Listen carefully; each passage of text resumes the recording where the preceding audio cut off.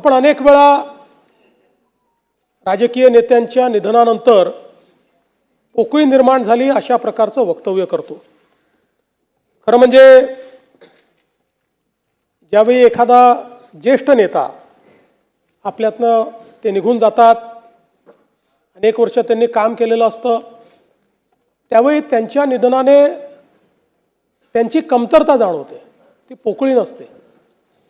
पण ज्यावेळी अजितदादांसारखा एक व्यक्ती जो राजकीय क्षेत्रामध्ये स्थिरावलेला आहे, ज्यांनी राजकीय क्षेत्राला वेगवेगळ्या पद्धतीनं पादांकरात केलं आहे, ज्यांनी राजकीय क्षेत्रामध्ये आपलं स्वतःचं अस्तित्व नेतृत्व निर्माण केलं आहे आणि ज्या व्यक्तीकडे समाज आणि संपूर्ण क्षेत्र भविष्याच्या दृष्टीनं पाहत आहे, असा व्यक्ती ज्यावेळेस निघून जातो त्यावेळी खऱ्या अर्थानं पोकळी निर्माण झाली हा जो शब्द आहे, त्या शब्दाची व्याख्या काय आहे हे आपल्याला लक्षात येते। कारण तो असा क्षण असतो की ज्यावेळी आपल्याला लगेच लक्षात येतं की आता अशा प्रकारचे अजितदादा दुसरे होऊ शकत नाही। त्यामुळे ही जी पोकळी आहे ही पोकळी भरून काढणं हे अत्यंत कठीण आहे। खरं तर त्यांचा आणि माझा आमचा दोघांचाही जन्म 22 जुलैचा। दादा माझ्यापेक्षा 11 वर्ष मोठे होते, खऱ्या अर्थानं माझे दादाच होते। आणि मला असं वाटतं की गेल्या जवळपास 1 दशकापेक्षा जास्त काळ, ते तर सोबत कदाचित उशिरा आले आमच्या, पण 1 दशकापेक्षा जास्त काळ अतिशय आमची जवळीक होती, अतिशय चांगली मैत्री होती। त्याच्या आधी देखील आमची, कारण मी 99 साली आलो, त्यानंतर दादांची ओळख झाली, संबंध आणले। पण मी असं म्हणेन की साधारण 2014 नंतर एक भावनिक नातं हे दादांशी तयार झालं। मी अनेक वेळा माझ्या मुलाखतीत म्हणायचो की राष्ट्रवादी काँग्रेस आमचं स्ट्रॅटेजिक पार्टनर आहे, पण त्याचवेळी माझ्या मनात मात्र मला हे पक्क माहिती होतं की अजितदादा हे काही स्ट्रॅटेजिक पार्टनर नाही आहेत, तर अंतःकरणातनं आपल्यावर प्रेम करणारा अशा प्रकारचा आपला मित्र म्हणून खरं म्हणजे अजितदादांकडे मी बघितलं आणि त्यांनीही माझ्याकडे त्याच पद्धतीनं बघितलं। आणि जीवनभर मला असं वाटतं की आमचं ते नातं त्यांच्या अंतिम दिवसापर्यंत कायम होतं। अजितदादांबद्दल सगळे नेहमीच सांगतात की शब्दाला जागणारा अशा प्रकारचा नेता होता। त्याचा अनुभव 2019 साली आम्ही घेतला। 2019ला ज्यावेळी आमचं ठरलं की सरकार तयार करायचं, त्यानंतर काही कारणाने तो निर्णय त्यावेळी त्यांच्याकडे वरिष्ठांनी बदलवला। पण दादांनी त्यावेळेस भूमिका घेतली की नाही, मी शब्द दिलेला आहे, मी शब्द मोडणार नाही। आणि आम्ही सरकार तयार केलं, शपथविधी घेतला। त्याला अनेक लोकांनी पहाटेचा शपथविधी म्हटलं। त्याला पहाटेचा म्हटलं की दादा त्याच्यावर नाराज व्हायचे। दादा म्हणायचे पहाट म्हणजे 6 असतं, ही काही पहाट नाही आहे, आम्ही 9 वाजता शपथ घेतली होती, तो सकाळचा शपथविधी आहे, असं नेहमी ते पत्रकारांना सांगायचे।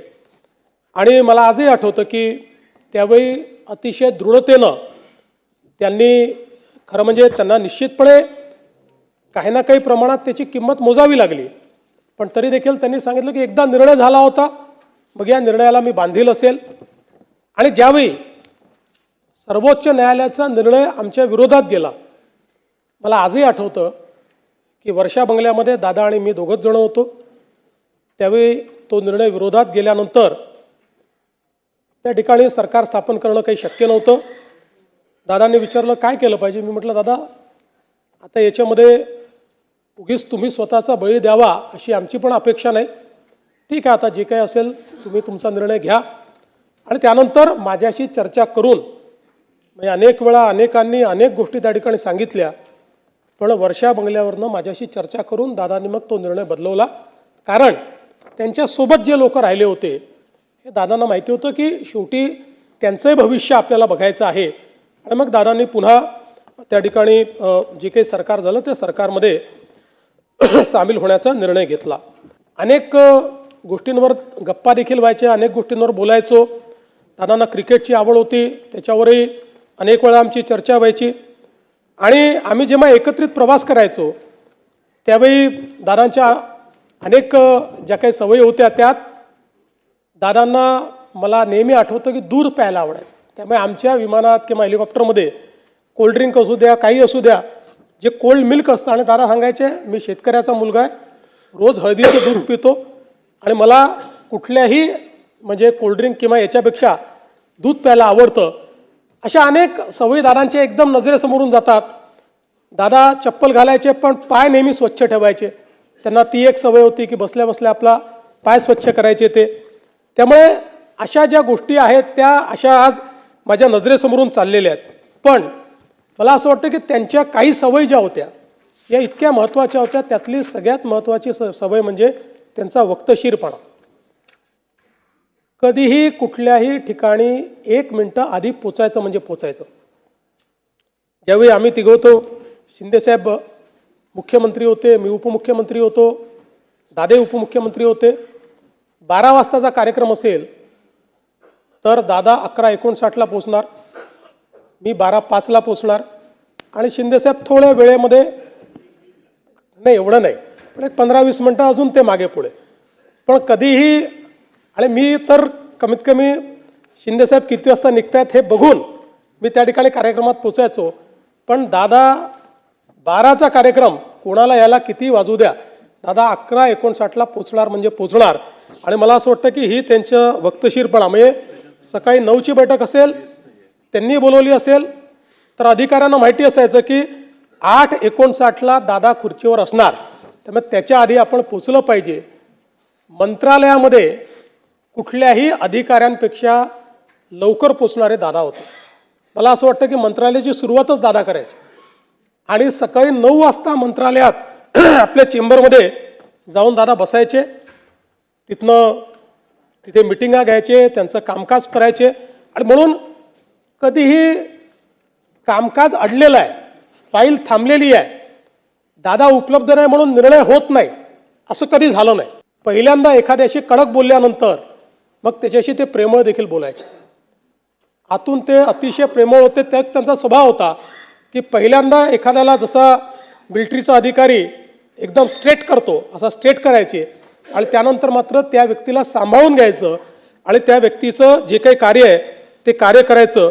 हे खरं म्हणजे दादांचं आपण काम पाहिलं. पण हा सगळा वक्तशीरपणा, हे सगळं घड्याळाच्या काट्याने चालणं, या सगळ्या गोष्टी जरी खऱ्या असल्या तरी पहिल्यांदाच दादांनी टायमिंग मात्र चुकवलं.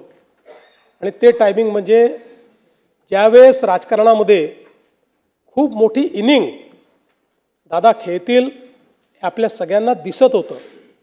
अशा परिस्थितीमध्ये त्याने पहिल्यांदा जीवनाचं टायमिंग चुकवलं आणि त्याची हळहळ ही आपल्या सर्वांना नेहमीच राहील.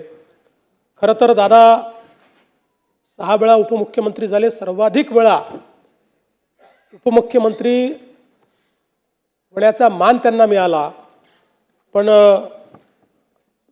अनेक वेळा ते असं म्हणायचे की मी कधीतरी मुख्यमंत्री होईल पण मी उपमुख्यमंत्री मात्र नेहमी राहील. अशा पद्धतीनं अनेक वेळा गमतीने ते म्हणायचे. आज मी असं म्हणू शकतो Ajitdada Pawar was the best chief minister Maharashtra never had. एक जो चांगला मुख्यमंत्री महाराष्ट्राला मिळू शकला असता तो अजितदादांच्या रूपानं आता आपल्यामध्ये नाही. बारामतीचा अपराजित नेता म्हणून दादांकडे आपण पाहतो. जनतेचं जे प्रेम दादांना मिळालं ते निश्चितपणे मला असं वाटतं की कुठल्याही नेत्याकरता त्यापेक्षा मोठा दुसरा कुठलाही ठेवा हा असू शकत नाही.